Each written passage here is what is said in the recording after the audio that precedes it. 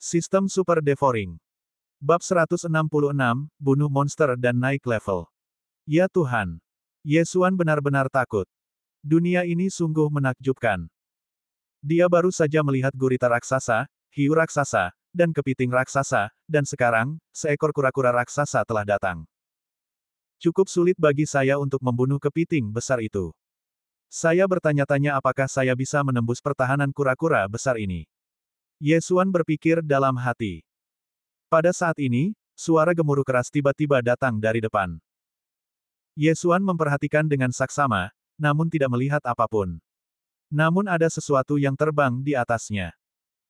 Pada saat itu, dia dengan cepat menghindar, dan tepat setelah dia menghindar, aliran energi melewati langsung tempat dia berada tadi, lalu menghilang. Ledakan. Energi itu tiba-tiba meledak setelah terbang ratusan meter. Seketika, air di lokasi ledakan terhempas, membentuk area vakum. Sial, apa-apaan itu, ranjau. Ye Xuan terkejut. Kalau saja dia tidak menghindar dan menerima pukulan itu langsung, kemungkinan besar dia akan hancur berkeping-keping. Jelaslah bahwa energi itu berasal dari kura-kura besar. Oh tidak, mereka datang lagi. Wajah Ye Xuan menjadi gelap dan dia pergi dengan cepat. Benar saja, gelombang energi lain menyapu dari kegelapan. Ledakan. Energinya meledak lagi. Sialan, apa kau Blastoise? Kau sangat jago menembakkan roket. Awas. Ye Xuan berteriak dalam hatinya, dan dia bergegas menuju kura-kura besar itu seperti anak panah. Tak lama kemudian, dia melihat kepala kura-kura raksasa yang sangat besar. Tangan Buddha. Saat Ye Xuan menamparkan dengan telapak tangannya, telapak tangan raksasa berisi energi sejati menghantam kepala kura-kura besar itu. Seni bela diri spiritual tingkat menengah, ditambah dengan senjata spiritual dan alam tingkat menengah milik Ye Xuan, sudah cukup untuk menimbulkan kerusakan pada kura-kura besar ini. Ledakan. Telapak tangan raksasa itu mengenai kepala botak kura-kura besar itu, menyebabkan kepalanya bergetar dan mengeluarkan suara gemuruh yang keras. Namun, saat berikutnya Ye Xuan merasa sangat tidak berdaya. Setelah diserang, kura-kura besar ini malah menarik kepalanya dan bersembunyi di dalam cangkangnya. Ini bukan intinya. Intinya, ini bukan kura-kura biasa. Setelah ia menarik kembali kepala dan anggota tubuhnya, lapisan cangkang tiba-tiba menjulur keluar untuk melindungi kepala dan anggota tubuhnya. Sial, ini curang, apakah ini robot? Ye Xuan mengutuk dalam hatinya. Bab ini belum selesai. Silakan balik halamannya, dia tidak menyangka orang besar ini menjadi begitu pemalu dan berubah menjadi kura-kura setelah diserang sekali. Jika tidak keluar, Ye Xuan hanya bisa menyerang cangkang kura-kura. Baiklah, kalau kau tidak keluar, aku akan merobek cangkangmu. Ye Xuan mengumpat dengan keras, lalu bergegas menuju punggung kura-kura itu, lalu mengeluarkan senjata spiritual tingkat menengah, busur pemburu bintang, dan menariknya hingga panjang penuh. Serang target dari jarak 100 langkah. Cahaya dingin menyambar dan langsung mengenai tempurung kura-kura. Dalam kondisi sempurna. Busur pemburu bintang merupakan senjata spiritual tingkat menengah, dan kebanyakan orang tidak dapat memanfaatkannya secara maksimal. Namun, Ye Xuan memiliki darah ratusan binatang buas, jadi tidak menjadi masalah baginya untuk mengeluarkannya ke potensi penuh dan menembakkannya sejauh 1000 meter. Terlebih lagi, ilmu bela diri 100 langkah lewat anak panah memiliki daya tembus yang sangat kuat dan telah digunakan untuk membunuh banyak orang. Hampir semuanya tertembus kecuali serigala darah. Namun, saat itu, dia 2 tingkat lebih rendah dari serigala darah. Akan tetapi, serangan tersebut tidak mampu memecahkan tempurung si kura-kura raksasa, hal ini menunjukkan betapa kuatnya pertahanan si kura-kura. Aku tidak yakin aku bisa menghancurkan pertahananmu. Ye Xuan tiba-tiba merasa marah dan mulai menyerang dengan cepat, terus-menerus menembak ke tempat yang sama di cangkang kura-kura. Ketika menghadapi makhluk yang memiliki kemampuan defensif tinggi, seseorang secara alami harus memusatkan serangan pada satu titik. Asal diberi waktu, dia pasti bisa memecahkan tempurung kura-kura. Berdeguk-berdeguk. Berdeguk-berdeguk. Satu demi satu, sinar cahaya dingin melesat keluar, hampir pada titik yang sama. Setelah sinar ke-18 ditembakkan, tempurung kura-kura itu akhirnya retak. Haha, pengecut, tamatlah riwayatmu. Ye Xuan sangat gembira. Dia terbang langsung ke tempurung kura-kura dan kemudian meninjunya. Seni bela diri tingkat spiritual, auman harimau dan serigala. Raungan ganda. Ledakan. Retakannya menyebar beberapa meter dalam sekejap. Sekali lagi, harimau dan serigala mengaum. Ledakan. Retakannya meluas lagi. Pada saat ini, Yesuan tiba-tiba melompat lagi. Seni bela diri spiritual tingkat menengah, tangan Buddha, hancurkan. Ketika telapak tangan raksasa energi sejati menghantam tempurung kura-kura, retakannya langsung meluas hingga lebih dari 10 meter. Oke, hampir selesai. Mata Yesuan berbinar, dia tiba-tiba menyerbu ke bawah, lalu meninju ke bawah. Lalu dia langsung memasukkan tangannya ke dalam. Bangun! Yesuan berteriak. Bab ini belum selesai, silakan balik halaman. Urat-urat di lengannya muncul, dan dia benar-benar mengeluarkan sepotong cangkang kura-kura. Ah! Kura-kura besar itu meraung. Tempurung kura-kura menempel di punggungnya, dan apabila sepotong tempurungnya robek, maka akan terasa sangat sakit. Yesuan mengabaikannya dan menarik lagi, dan potongan cangkang kura-kura kedua pun ditarik keluar. Akibat perbuatannya, kura-kura besar itu langsung menjulurkan kepalanya dan mulai berenang cepat, tetapi Yesuan tetap telentang dan tidak mau bergerak. Dalam waktu singkat, cangkang kura-kura itu robek menjadi puluhan bagian, sekitar 20 meter persegi. Kemudian, Yesuan mengeluarkan busur awan patah dan mulai menembak dengan liar. Meskipun dia tidak mengetahui struktur tubuh kura-kura itu, cangkangnya telah terkoyak sedemikian rupa sehingga dia dapat membunuh kura-kura besar itu hanya dengan beberapa serangan acak. Kali ini semua anak panah, tanpa terkecuali, menembus daging kura-kura. Kura-kura besar itu menjerit dan berusaha melepaskan diri dari Yesuan, tetapi tidak berhasil. Pada saat ini, Yesuan tiba-tiba menembakkan anak panah ke bagian tengah paruh atas cangkang kura-kura. Engah! Anak panah itu lenyap, lalu Yesuan merasakan tubuh kura-kura besar itu bergetar hebat, lalu tenggelam lagi. Mati! Yesuan tertegun, lalu menempelkan tangannya di tempurung kura-kura. Angsa! Dalam sekejap, kura-kura yang lebih besar dari Ling Qiao Dapeng itu lenyap begitu saja. Dia benar-benar mati. Yesuan menghembuskan napas. Walaupun ilmu bela diri 100 langkah lewat anak panah hanya mengeluarkan seberkas anak panah setelah ditembakkan, namun setelah mengenai musuh, ilmu itu akan langsung menghasilkan energi berputar yang berkecepatan tinggi. Orang yang ditembak di kepala oleh Yesuan sebelumnya tampaknya hanya memiliki 2 lubang darah di bagian depan dan belakang, tetapi otaknya hampir terkoyak oleh energi ini. Baru saja Yesuan menembak organ dalam kura-kura raksasa ini hingga berlubang, sekarang jantungnya juga tertembak, sehingga ia langsung mati.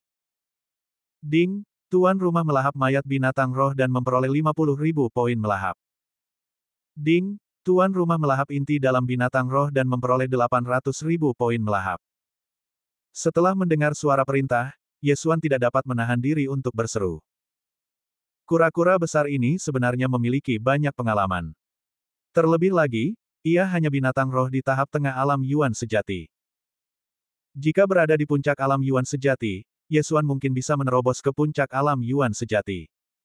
Sayang sekali. Ramuan batin serigala darah diberikan kepada Kaisar. Kalau tidak, aku pasti sudah mencapai puncak alam esensi sejati sejak lama. Bab 167, Dinasti Zhou Agung. Yesuan menggelengkan kepalanya tak berdaya. Meskipun dia merasa sedikit menyesal, setelah menelan kura-kura raksasa ini, nilai pengalamannya melebihi setengah. Jika dia menelan 2 atau 3 lagi, dia akan bisa naik level. Lupakan saja, aku tidak akan mencari monster untuk dibunuh di sungai. Yesuan memikirkannya, lalu dengan cepat berenang melawan arus. Dia sudah berada di air hampir seharian. Ketika ia kembali ke tepi pantai, hari sudah malam dan suara serangga sudah terdengar di hutan di tepi sungai. Setelah pertarungan tadi, energi sejati Yesuan terkuras habis. Dia segera mengeluarkan pil, menggunakan teknik pedang Xuanming, dan mulai memulihkan energi sejatinya. Tapi pada saat ini, Yesuan tiba-tiba membuka matanya karena dia merasakan sejumlah besar orang mendekatinya dengan cepat. Itu musuh. Dia tiba-tiba bereaksi. Tempat dia mendarat berada di arah dinasti Zhou besar, artinya orang-orang yang datang adalah para jenius dari dinasti Zhou besar. Tuhan benar-benar menolongku. Mengapa kamu datang di waktu lain? Mengapa datang di malam hari? Ye Xuan segera berdiri dan memperlihatkan senyum menawan. Dia sekarang memiliki 11 garis keturunan di tubuhnya, salah satunya disebut Shadow Leopard. Macan tutul bayangan ini adalah monster yang dapat bersembunyi dalam bayangan dan kemudian menyerang musuh secara diam-diam. Akan tetapi, garis keturunan macan tutul bayangan masih berada pada tingkat dasar, jadi Ye Xuan langsung meningkatkannya ke tingkat menengah. Selama dia tidak mengeluarkan suara, tidak seorang pun akan dapat menemukannya. Saya khawatir dia hanya dapat ditemukan jika kita berdiri berhadapan. Perburuan dimulai. Titik. Pada saat ini, tim yang terdiri lebih dari 20 orang juga datang ke sungai, hanya sekitar 50 meter dari Ye Xuan. Kapten, apakah ada binatang spiritual di sungai ini? Seseorang tiba-tiba bertanya. Aku juga tidak yakin, tapi sungai ini lebarnya hanya sekitar 200 meter. Jika kita berenang dengan kecepatan penuh, hanya butuh waktu belasan detik. Jangan khawatir. Seorang prajurit berambut panjang menjawab. Tapi sekarang sudah gelap sekali. Kalau memang ada makhluk spiritual di sungai, itu akan jadi masalah besar. Sebaiknya kita mendirikan kemah dan pergi ke sana besok. Seseorang menyarankan. Benar sekali. Aku setuju. Pokoknya, penilaian ini berlangsung selama 30 hari secara total, dan ini baru hari pertama. Kita. Bab ini belum selesai, silakan balik halamannya, beristirahat di tepi sungai. Mungkin seseorang dari dinasti Tang akan datang, dan kemudian kita bisa melancarkan serangan mendadak. Ya, ini ide yang bagus. Prajurit berambut panjang itu mendengarkan pendapat semua orang dan mengangguk sedikit. Meski hanya butuh waktu lebih dari 10 detik untuk menyeberangi sungai, lebih baik beristirahat di tepi pantai pada malam hari demi aman. Baiklah, kita istirahat saja di sini. Jangan pergi terlalu jauh dan jangan membuat api. Prajurit berambut panjang itu mengangguk. Ya, Kapten.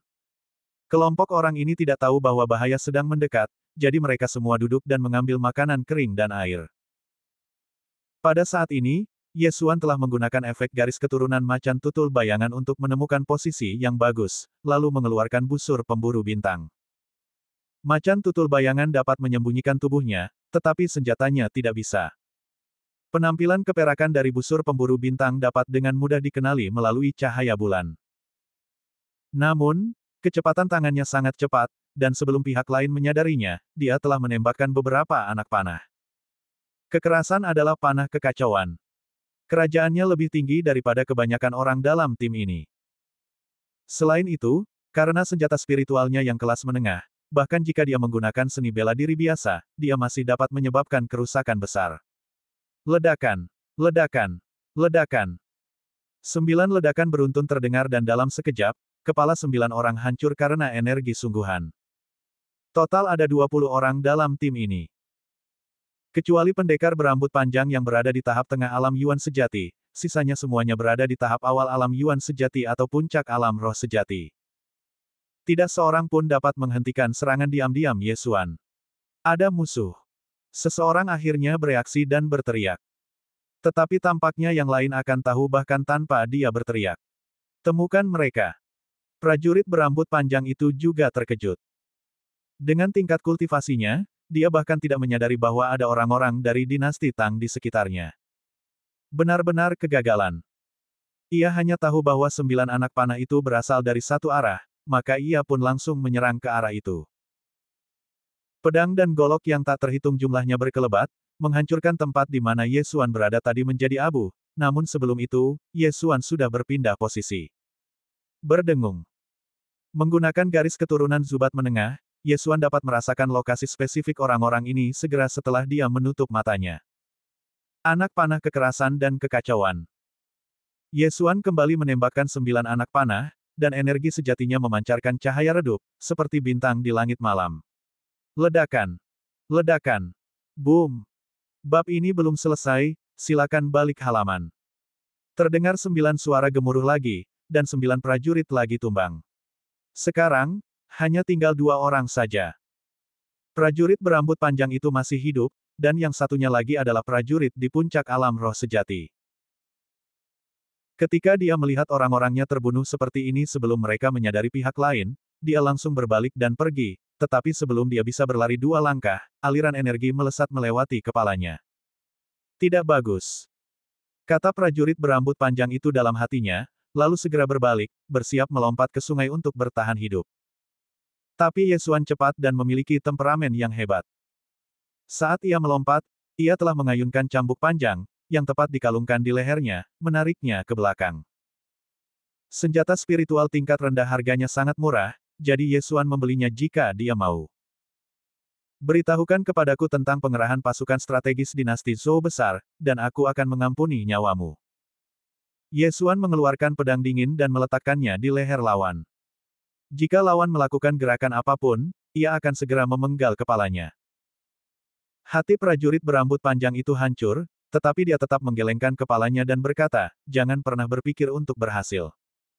Jangan tidak tahu terima kasih. Aku menepati janjiku. Selama kau memberitahuku tentang strategi penyebaran dinasti Zhou Agung, aku tidak akan membunuhmu. Kata Ye Xuan. Mustahil. Kata prajurit berambut panjang itu dengan tegas. Baiklah, aku akan memberimu kesempatan untuk hidup, tapi kau tidak menghargainya.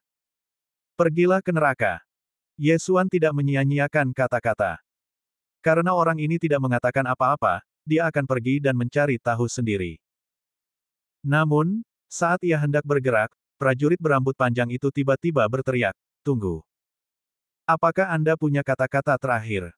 Mata Ye Xuan berubah dingin. Prajurit berambut panjang itu ragu-ragu. Dia bukan anggota dinasti Zhou besar, jadi tidak perlu baginya bekerja keras untuk dinasti Zhou besar. Jika dia meninggal, apa hubungannya kemenangan atau kekalahan dinasti Zhou besar dengan dia? Baiklah, aku akan beritahu kau. Prajurit berambut panjang itu akhirnya berkompromi dan berkata, total ada 580 orang di dinasti Zhou Agung, dibagi menjadi lebih dari 20 tim, semuanya dipimpin oleh mereka yang berada di tahap tengah dan puncak alam Yuan sejati. Di antara mereka, 20 tim menjaga 2 menara pengawas, dan sisanya pergi ke dinasti Tang. Bagaimana dengan Zhou Luan? Ye Xuan terus bertanya. Zhou Luan memimpin 3 prajurit di puncak alam Yuan sejati, masing-masing membentuk tim. Mereka diperkirakan telah menyeberangi sungai. Setelah mendengar apa yang dia katakan, Ye Xuan juga mengerti rencana Zhou Luan. Ternyata dia ingin mengandalkan para master ini untuk membalikkan keadaan. Zhou Luan berada di alam mendalam sejati, dan ada 3 orang di puncak alam Yuan sejati. Jika kombinasi seperti itu menyerang dinasti Tang, tidak ada menara penjaga yang mampu mempertahankannya. Periode penilaiannya adalah 1 bulan, jadi mereka punya banyak waktu untuk merobohkan kelima menara pengawas ini. Tidak, hanya butuh waktu kurang dari sebulan. Bab 168 Waktu Berburu. Jika Zhou Luan dan anak buahnya lebih cepat, mereka dapat merobohkan 1 menara penjaga keesokan harinya, lalu pindah ke menara penjaga berikutnya sebelum dinasti Tang sempat bereaksi. Dengan cara ini, dinasti Tang akan kalah dalam waktu seminggu. Ye Xuan berpikir dalam hati. Di pihak kami, Tang Tian juga bersiap menyeberangi sungai dengan ratusan orang. Barangkali dia akan bertemu Zhou Luan, tetapi jika tidak, maka dia akan mendapat masalah. Sepertinya saya harus mengambil tindakan. Ye Xuan berkata dalam hatinya, lalu mengambil cincin Qiankun dari prajurit berambut panjang itu dan berkata, aku serius dengan apa yang aku katakan, kau bisa pergi sekarang. Prajurit berambut panjang itu sebenarnya sangat gugup. Bagaimana mungkin dia tidak tahu kekejaman dunia ini? Untuk hal tertentu, saudara pun bisa menjadi musuh, apalagi sebuah janji. Terima kasih, saudara. Prajurit berambut panjang itu mengepalkan tinjunya ke arah Ye Xuan, lalu pergi dengan cepat. Ye Xuan juga dengan cepat mengumpulkan rampasannya. 20 cincin Qiankun saja sudah merupakan jumlah uang yang cukup besar, belum lagi barang-barang di dalamnya. 2 senjata spiritual tingkat menengah, sekumpulan harta karun dan kristal langka, wow. Ye Xuan menuangkan semua benda ini ke ruang melahap, lalu melahap semuanya. Panennya cukup bagus, menambahkan hingga 1 juta poin melahap. Saat ini, titik melahapnya telah mencapai 5 juta. Dengan 1 atau 2 juta lagi, ia mungkin akan mampu menerobos. Setelah itu, dia langsung menuju ke satu arah. Prajurit berambut panjang itu dikirim langsung ke wilayah dinasti Tang dan tidak tahu lokasi menara penjaga, jadi dia tidak bertanya. Lagi pula, dia tidak akan mencari menara pengawas, tetapi mencari seseorang. Pertempuran pertama Perang Dinasti sangat penting, karena menentukan apakah sebuah dinasti akan pergi ke dua istana langit dan bumi, atau dua istana Xuan Huang. Jika Anda kalah pada permainan pertama tetapi menang di permainan kedua, Anda hanya dapat memasuki Xuan Mansion. Jika Anda menang di permainan pertama dan kalah di permainan kedua, maka setidaknya Anda bisa memasuki dunia bawah. Jadi, Ye Xuan siap memberikan segalanya. Titik. Jika orang itu tidak berbohong padaku, pasukan dinasti Zhou besar seharusnya sudah tiba di sungai. Pikir Ye Xuan sambil berjalan di sepanjang sungai.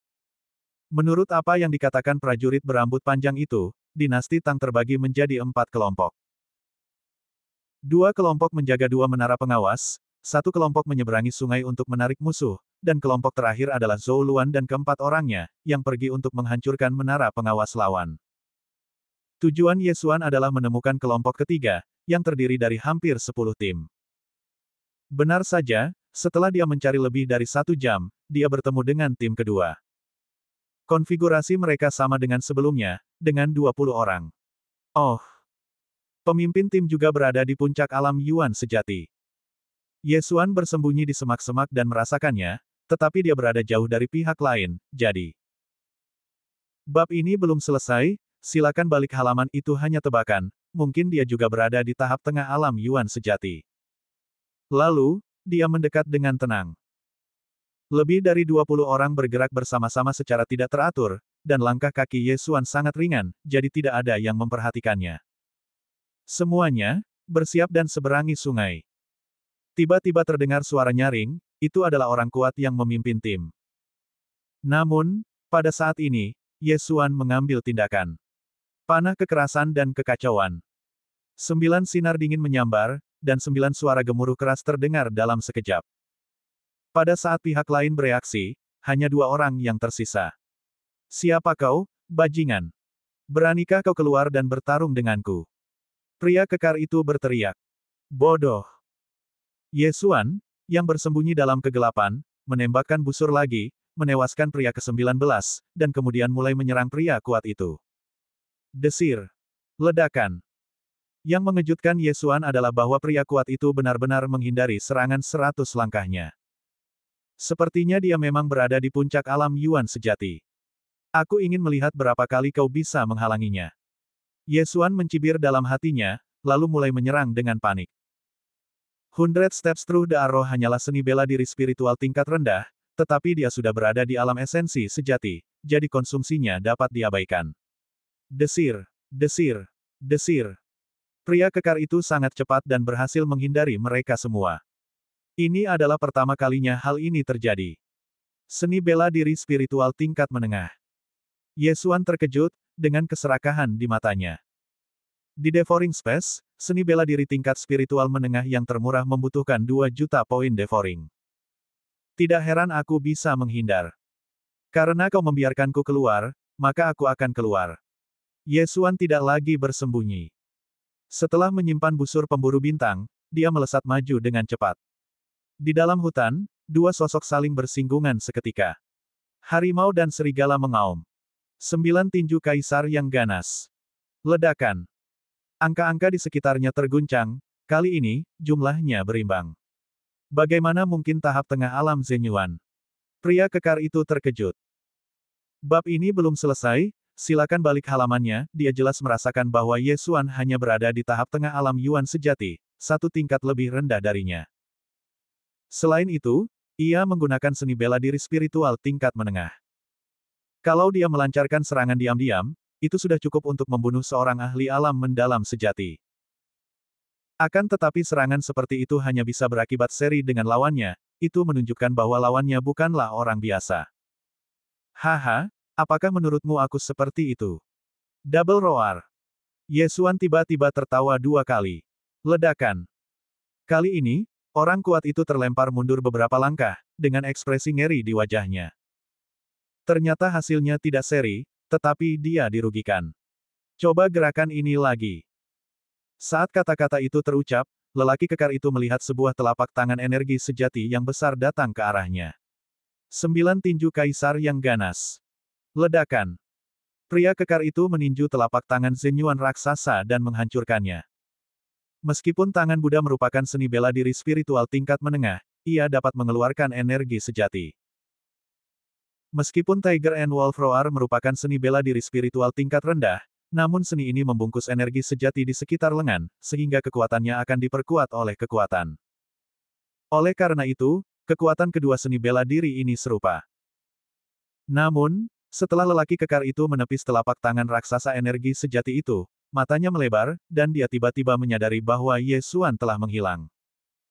Tidak, benda itu tidak menghilang, benda itu ada tepat di depannya.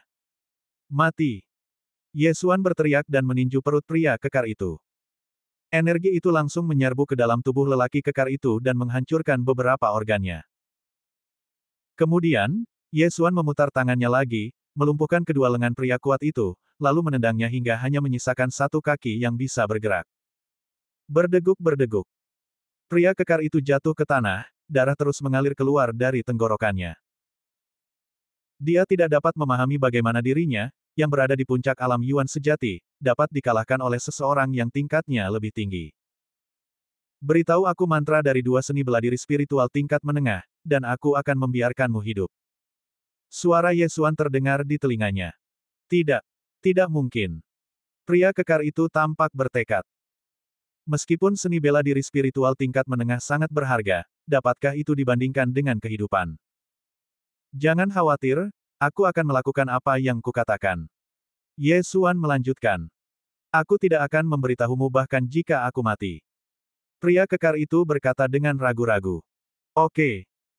Ye Xuan menggelengkan kepalanya tak berdaya, lalu menusuk jantung pria kuat itu dengan pedang. Dia melihat bahwa tatapan mata lelaki kekar itu benar-benar berbeda dengan tatapan mata prajurit berambut panjang sebelumnya. Tampaknya pria kekar ini tidak ingin seni bela diri spiritual tingkat menengah milik kerajaannya menyebar luas. Bab 169, Siapa yang lebih cepat? Lupakan saja, kumpulkan rampasannya. Ye Xuan merasa sedikit menyesal.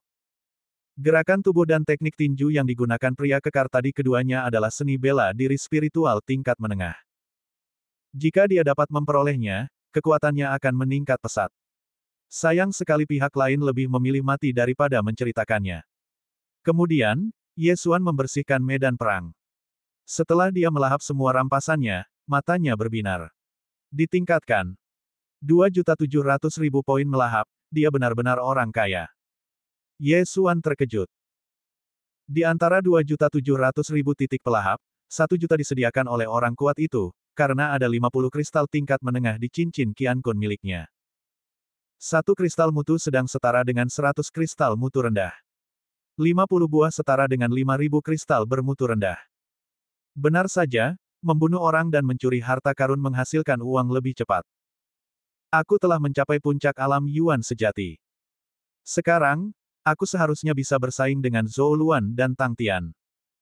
Ye Xuan berpikir dalam hati. Zhou Keos, putra mahkota dinasti Zhou besar. Tang Tian, putra mahkota dinasti Tang. Keduanya berada pada tahap awal alam mendalam sejati.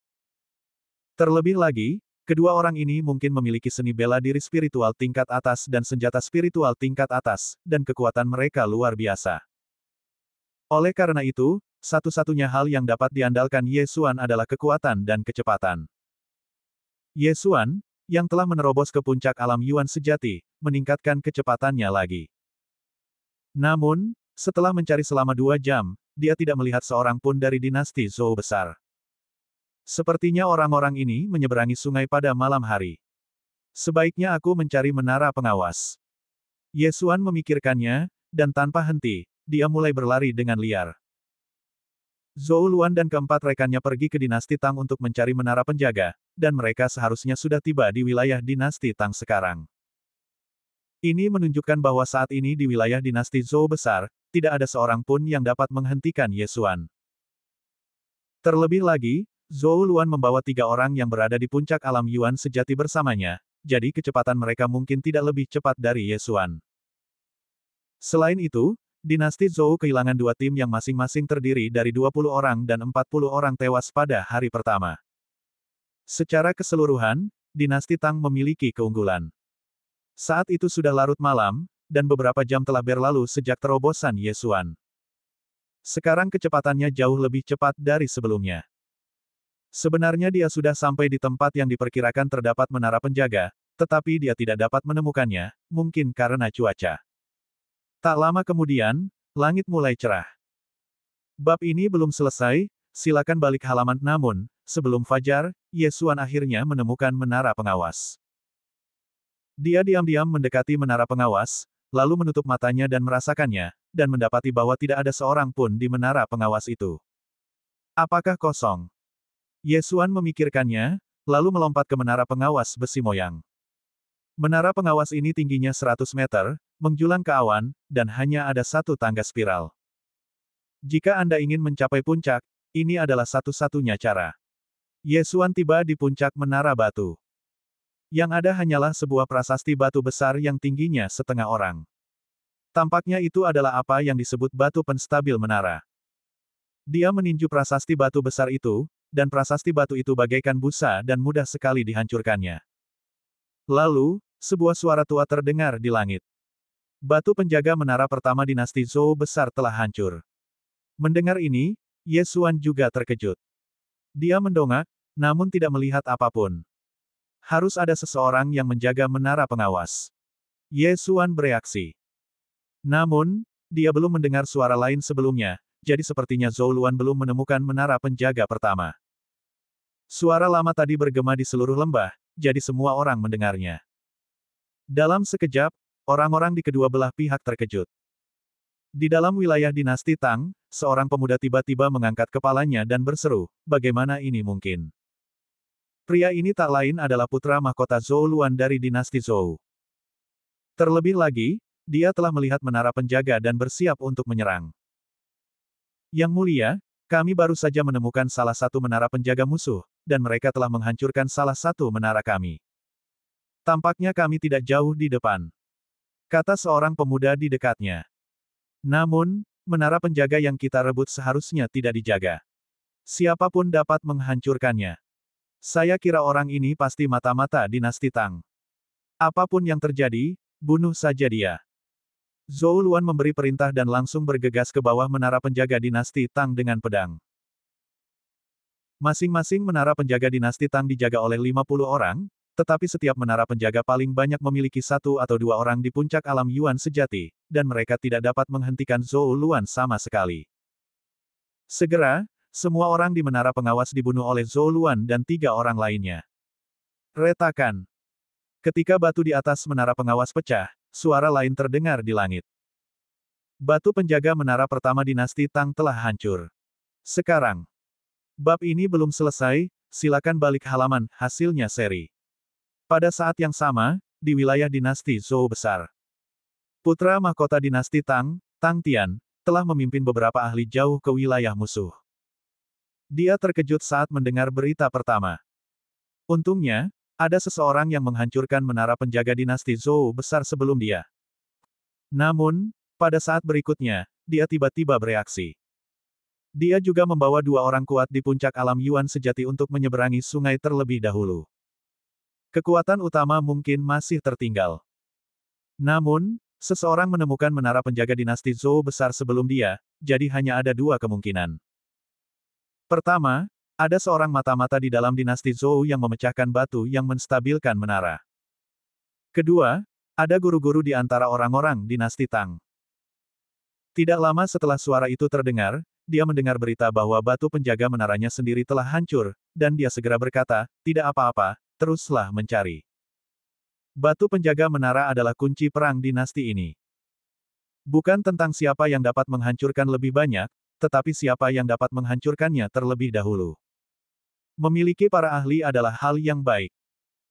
2 jam kemudian, Tang Tian juga menemukan menara pengawas lain, yang juga tidak berawak. Batu penjaga menara kedua dari dinasti Zhou besar telah dihancurkan. Mendengar berita itu, Zhou Luan yang saat itu berada di wilayah dinasti Tang kembali terkejut. Dalam waktu 2 jam, 2 menara pengawas hancur. Kedua menara pengawas itu berjauhan, jadi tidak mungkin dikerjakan oleh tim yang sama. Sialan, Tang Tian benar-benar bertindak sendirian. Zhou Luan menebak dalam benaknya, lalu berkata langsung, kalian bertiga, bertindaklah secara terpisah, dan jika kalian menemukannya, tembakkan meriam langit. Ya, Yang Mulia. Ketiga pendekar di puncak alam Yuan sejati mengangguk, lalu berbalik dan pergi. Jika mereka bertindak bersama-sama, akibatnya akan mengerikan. Titik. Beberapa jam berlalu.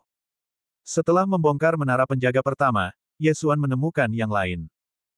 Namun, ia menemukan bahwa batu penjaga menara di atas menara penjaga yang kosong ini telah hancur. Apakah Tang Tian yang melakukannya? Yesuan melihat sekeliling puncak menara. Dia telah datang dari tepi lembah sebelumnya dan menghancurkan yang pertama, yang merupakan yang paling dekat dengan tepi. Dan yang kita temukan sekarang adalah yang paling dekat dengan itu. Dari sudut pandang ini, Tang Tian seharusnya pergi ke menara pengawas di tengah. Bab 170, seorang pria menghancurkan sebuah menara. Jika dinasti Zhou Agung benar-benar hanya menjaga dua menara penjaga, maka keduanya pasti berada di sisi yang lain. Dengan cara ini, jika salah satu hilang, kita dapat segera mendukung yang lain. Sebuah gambaran muncul di pikiran Yesuan. Dengan asumsi menara pengawas pertama yang dihancurkannya adalah No. 1, dan yang ada di bawah kakinya adalah No. 2, maka Tang Tian harus mencari No. 3. Nomor 4 dan 5 seharusnya adalah menara pengawas yang dijaga oleh ratusan orang dari dinasti Zhou besar. Cek cek cek, menara penjaga yang dijaga oleh 20 tim dan 400 orang tidak bisa direbut oleh Tang Tian. Yesuan berpikir dalam hati, lalu memastikan arahnya dan segera bergegas keluar. Dengan ratusan orang jenius, kekayaan mereka pasti luar biasa banyaknya. Jika dia berhasil menghancurkan kastil berawak sendirian, dia mungkin bisa naik level lagi. Pada saat itu, dia menuju ke ujung lembah lainnya. Kali ini dia pergi ke menara No. 5 karena Tang Tian telah pergi selama 2 jam. Yesuan memperkirakan bahwa dia hanya butuh 1 hari untuk menemukan menara No. 5.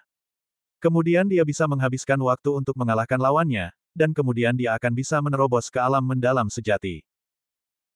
Sebenarnya, Yesuan mempunyai rencana di awal, yaitu tidak menyeberangi sungai, tetapi langsung membunuh orang-orangnya sendiri untuk ditingkatkan. Namun, cara ini terlalu kejam dan dapat dengan mudah mengungkap identitas seseorang.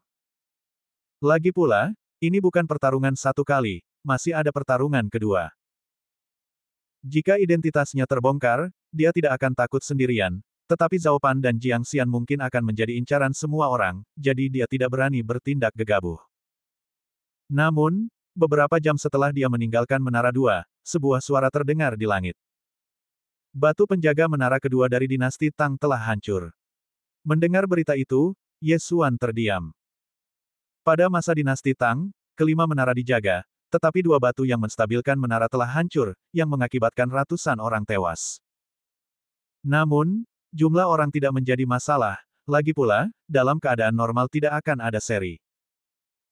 Tak lama setelah berita ini, menara pengawas ketiga dinasti Zhou besar juga dihancurkan, mungkin oleh Tang Tian.